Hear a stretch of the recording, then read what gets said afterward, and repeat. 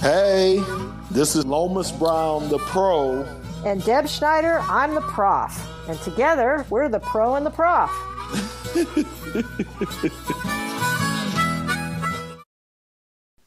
Okay, Lomas, we're back. This is exciting. We've got breaking news, name, image, likeness stuff. We've got a Thanksgiving game coming up this week. How have you been? Good, good. Everything's been good. Just let you know, with the Lions, it's been a whirlwind with them. Things have been going good, and just hopefully they could keep it going. It's been an exciting season. Oh my gosh, it has. Goff. I remember when he came here and we were talking about it, I was like, I like him. And oh my gosh, he has lived up to every expectation, hasn't he? Yeah, he's been awesome. He really has been, and it's just good to see a story like that. A guy that was discarded from another team, and come here, and how everybody has accepted him, and just really how he's been playing. He's just kind of taken over the state.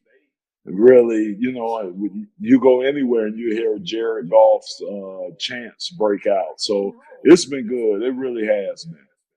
And the second biggest Lions story is Dan Campbell's dogs. Oh, what's that? Someone, his wife posted a picture of their dog, and someone asked him in the latest press conference about his dogs. Oh, He okay. really likes his dogs. You'll have to ask him about his dogs next time you see him. Okay, yeah, I didn't know about this. This is breaking news to me. Breaking news. Yeah. So we have other big breaking news. I'd love to sit here and chat with you for a while, but we have Bryce Underwood. He just committed to Michigan. So, yeah, what's your thoughts on that? You know, I'm gonna say I think a lot of it has to do, most of it, all of it, maybe has to do about the money. He was with LSU since January, and then Michigan came in with a $10.5 million package. I mean, we talked about name, image, likeness, and yeah, so I think it's really fascinating that the money is changing college sports so rapidly. Hmm. You know, what do you think? Do you think it's all money, or do you think he's really truly a Michigan guy? I mean, again, it's kind of hard to tell, what's in his heart about that. But I mean, that's a lot of money to turn down. I don't know what drove him to LSU. I heard that it was the thoughts of being able to play with some of these good receivers that they produce each year, and that would help his case for getting in the NFL.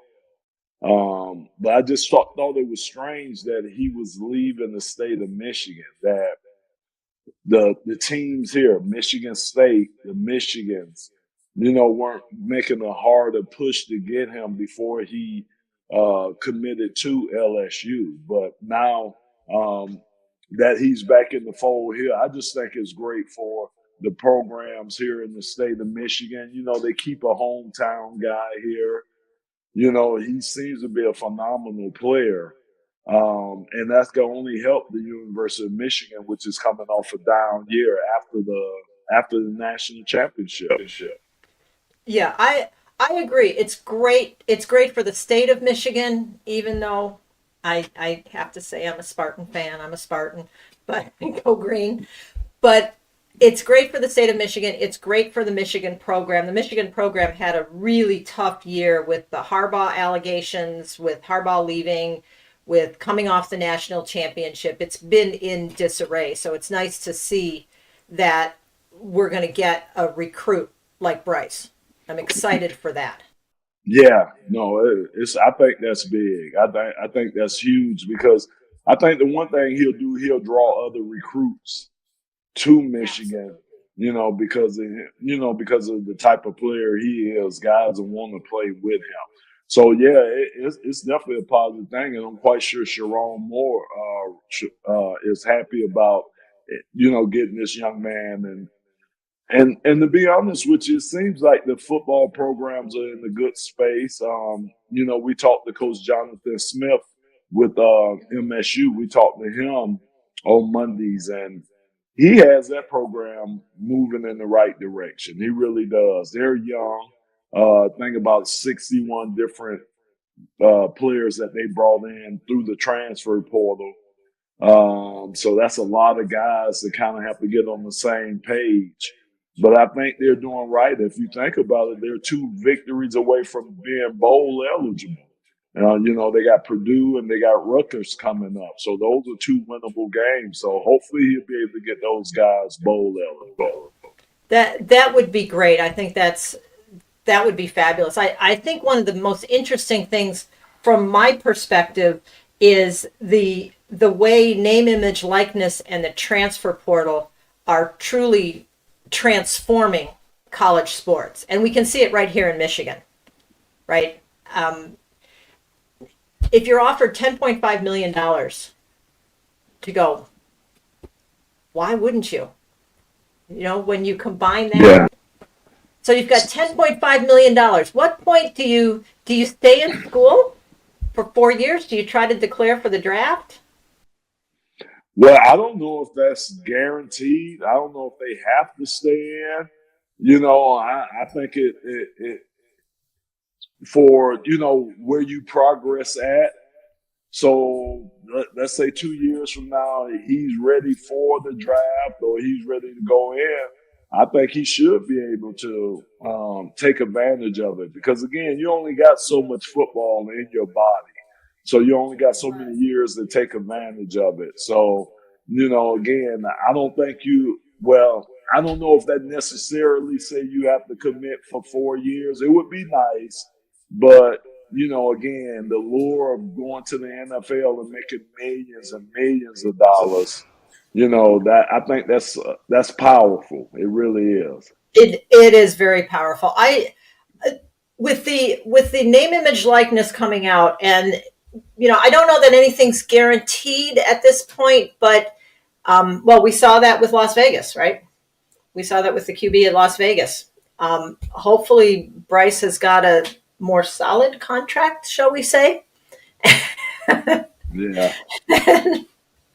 We could see that, but just the fact that it's changing, this new landscape is changing things. We've got such a patchwork of laws, and the states are trying to attract players based on the patchwork of laws. Then you have these collectives coming in. You have the NCAA coming in and talking about schools actually now starting to help the players with name, image, likeness. Michigan and Michigan State are a little different in how they're interpreting things. Every school is a little bit different. It's just so interesting to see how this is going to play out. And then we have that lawsuit settlement where we're going to potentially be paying players up to $22 million from these big schools. I don't know. It's just looking like the pros. It's looking more and more like the pros. And I mean, again, the Big Ten, the SEC, they basically run college football. It's going to look like the AFC and the NFC. There's going to be 2 big conferences. And I mean, that's how it's going that way. You could tell it's going that way. The money's going to flow to the bigger schools. The smaller schools aren't going to get the revenue that they need to compete with these bigger schools. So again, like I said, it's going to come down to probably 2 big Power 5 conferences that's going to run this landscape of football. We know basketball and all the other sports are different, but as far as football, it's trending that way. And it seems like that's the way of the future as far as this sport. And it's going to keep evolving. You can believe it because Greg Sankey, the SEC commissioner, and the Big Ten commissioner, they've gotten together. They've been talking behind the scenes. So, it's something big coming. It's something big that'll be coming soon because these 2 big conglomerates of a conference have gotten together, and that's how it's going to be. It's just hopefully we could keep the tradition of college football going. Hopefully, we could keep those rivalries going. You know that because people feed off that. That's been going on for decades. So hopefully that part will stay, but the game is going to look so different. I know it's hard to it's hard to keep some of those rivalries going. I look at my beloved Pac-12, which is really no more. It's completely changed. So all these rivalries are going to be so it's going to be so different, and it's going to change so rapidly. And Yeah. yeah, I wonder if the NFL is going to change how they start drafting. What we do. That's going to be interesting. We've got a CBA until 2031, I believe. Yeah. You never know. You just never know. Again, they worked out something with the rookie salary cap Yep. years ago. So you just never know. You never know how this is going to work out or work itself out. Okay. We got a couple more minutes. Let's talk turkey. Okay. Let's talk turkey. So, what do you think about the Bears Lions? What do you? I mean, it's not much to be honest with you. That's a game we should win. I mean, Okay. it's I mean, again, and the Lions are just playing at a higher level. They just are, and the Bears they got a rookie quarterback. It's just things with rookie quarterbacks, things don't always go well. Their head coach is on the hot seat. They don't know if he'll be back next year. So yeah, I mean, I don't think it's going to be. I'm not expecting much of a game. Of course, when you play divisional foes, those guys do play you a little tougher. But I just think the Lions are just playing on such a higher level this year that they should be able to handle the Bears and keep going. I know it's getting towards the end of the season. This is where teams pretty much your identity of your team. Pretty much the cream of the crop rises to the top now. The teams that you expect to get in the playoffs and make a playoff run, those you could pretty much differentiate those teams from the other teams. So it's good. I mean, it's good. You want to be playing your best ball at this time of the year, and the Lions are doing that. I'm so excited. I am so excited to be a Lions fan, and having been a Lions fan for so long, and now to see it coming full circle. I've got my fingers crossed. Fingers crossed on this one. Yeah, it should be good. So, hopefully we can avoid injuries. That's just been the biggest thing, and that's the only thing that can derail you is injuries right now, I think, with this team. So hopefully we could keep, avoid them. Alex Anzalone going down, that was a Yeah. big blow for us. So And hopefully we could Hutchinson. try to avoid, Hutchinson earlier this year and other guys. We had probably like three other guys that we lost for the year right when the year started. So, it's a lot of talent that we have out there on the injured list that we need to get back. Hopefully we can get back that will be able to help this team. Yeah, I hope so. Okay, so talking real turkey. What's for Thanksgiving dinner?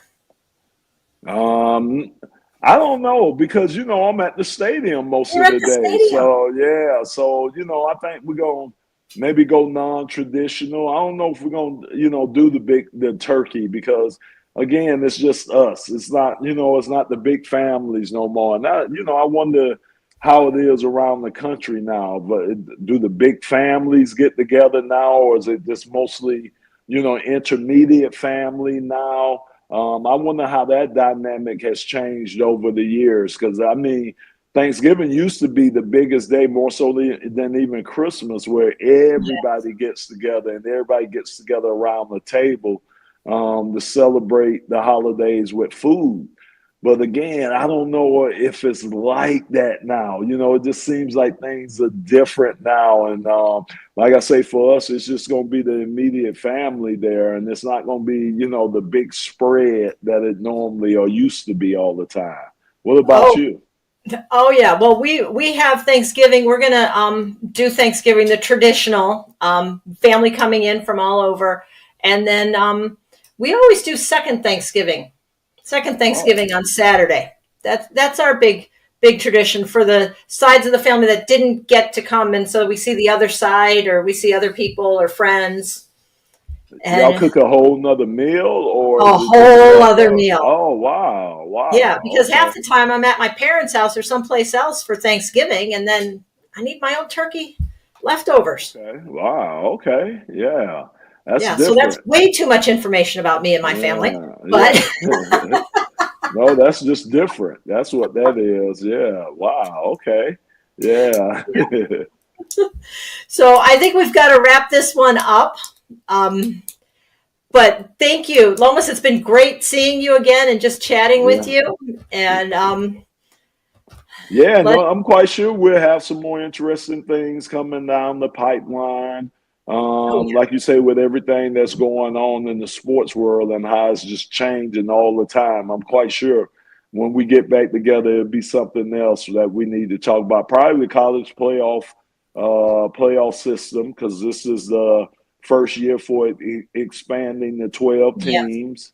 No, no. Do we have 12 this year? Yeah, we have 12 teams. Yeah. 12 So it teams. expanded to 12 teams this year. So that's going to look totally different. So, maybe we'll hit on that next time we talk about how that's changed the landscape of college football. It just seems like everything's changing the landscape of college football. NIL, the playoff system now. It's just the conferences, realignment. It just seems like it's a lot affecting college football or college sports. Absolutely. As well as professional sports. We've got broadcast deals and everything. Yeah. So, what do you think the score of the Thanksgiving game is going to be? I think it'll probably be I think it'll probably be a 34, maybe 20 game. Um, Thinking that the Lions, again, like I said, they're playing at a high level right now. So hopefully we can keep everybody healthy. Okay. And what's your hotel for the Super Bowl? My hotel? Yeah. What you mean, my hotel? You going to the Super Bowl? Well, hopefully going as a team. I'm Yeah. hoping that the team goes. So yeah, that would be nice. I mean, you don't want to put the cart before the horse. So a lot of times, but yeah, I'm That's hoping a that the Raymond team comes. question. That was a Raymond question. He's Oh, planning that on was the Super Raymond. Bowl. Oh, he's going. He's planning on going. Okay. Okay. Well, we'll wrap it up here. So check us out on SoundCloud. Check us out on Spotify. And send us your questions. Looking forward to next time.